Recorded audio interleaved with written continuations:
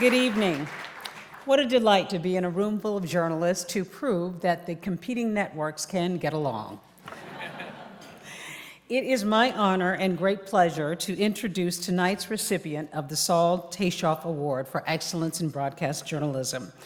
This is actually one of the easier assignments that I've had since I've known the honoree a few years.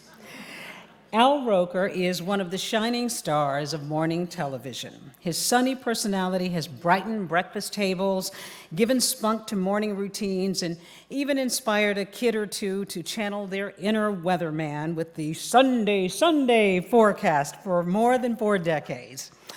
Even though I'm cheering for a different morning crowd most days, anyway, I must admit that occasionally I check out Al to see, if nothing else, if his jokes go a little too far over the line. And his explanation that the crowd just loved it doesn't usually hold water with me. We all know that Al is an eternal optimist, a free spirit, and an ambassador of happiness. But a few things you may not know. Al has earned 13 Emmy Awards, many for in-depth interviews. He's a documentary filmmaker with a production company who recently completed a film on the shrinking ownership of farmland by America's black farmers, and another on hidden figures of women who you didn't know about who had a hidden assignment during World War II. And he began his career as a DJ at his college radio station at Oswego State University, his alma mater. Okay, I guess there's somebody here who likes Oswego. Television was actually a happy accident for him. Al is a gifted illustrator, Jen. If he wasn't doing weather, he would likely be the brains behind a successful comic strip. Maybe he'll team up with you at some point. He knows every word to the Elton John hit song, Philadelphia Freedom, and to the popular 1970s hit TV show, Bonanza. Whoever knew there were lyrics to that actual song? Al Roker did. Al is inherently curious, disciplined, and devoted to his television career. Yes, he will stop at nothing to chase a fierce hurricane or a nor'easter. We've seen tape of him falling down to actually prove that. But he's also just as driven to track down nice and beautiful interviews like Charles Schultz's final interview before his death, or former First Lady Michelle Obama for a morning chat about her gardening at the White House, or Rita Moreno to discuss her career longevity, or the cast of Ghostbusters to hear about the latest in that film's franchise. He has a varied range of interest. In short, Al simply loves television and reporting. And as his late father, Al Roker Sr., used to say when asked if his son is really as fun as he is in person as he appears to be on television, what you see is what you get, he says. And nothing could be truer. In addition to being a team player on that other morning show, the Today Show, and other NBC programs like Nightly News, a doting father and now grandfather, Al Roker is the consummate broadcaster. He brings truth, curiosity, honesty, and fortunately for all of us here, a dose of good humor in everything he does. So would you please join me in saluting our favorite weather guy and my husband of 28 years, Al Roker, with the 2024 recipient of the Sol Taishoff Award for Excellence in Journalism. Good morning, everybody. Here's what's happening in your neck of the woods.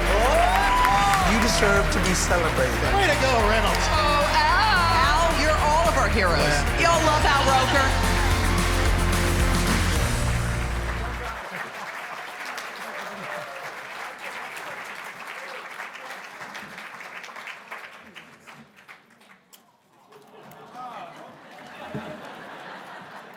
Thank you.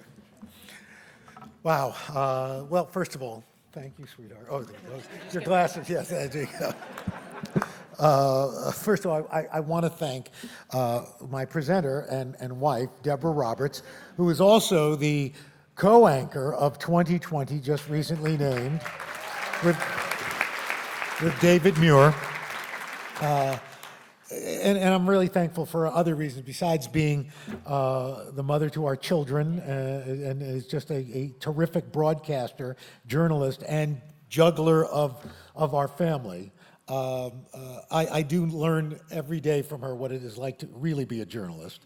For those of you who may or may not know, I was pretty ill about a year ago, and she helped pull me through that.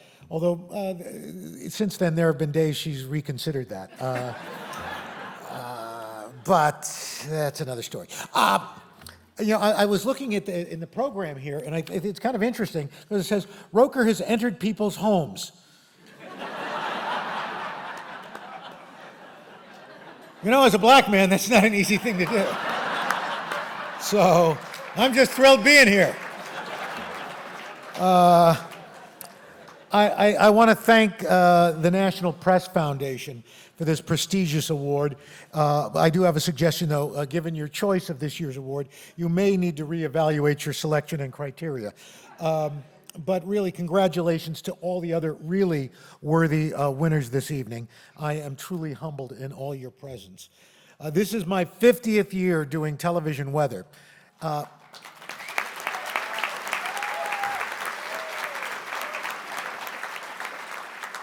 Yes, I was there when they invented the thing. They actually just built a TV station around where I was standing. But in that time, I have watched what was once considered a forecast and frivolity that was used to backtime local newscasts to reporting on, thanks to climate change, what I consider the most existential threat for our planet.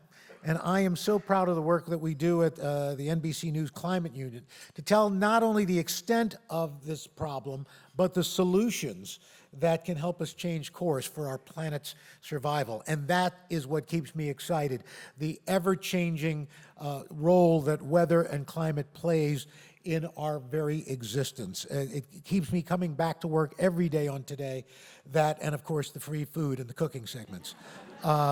So if there is one thing I implore especially the print journalists in the room, when you talk about AI, would you please have your editors put a dash between the A and the I? Because when you read it, it looks like it says Al. And I don't want to be blamed for the end of the world. Thank you so much for this award. Thank you.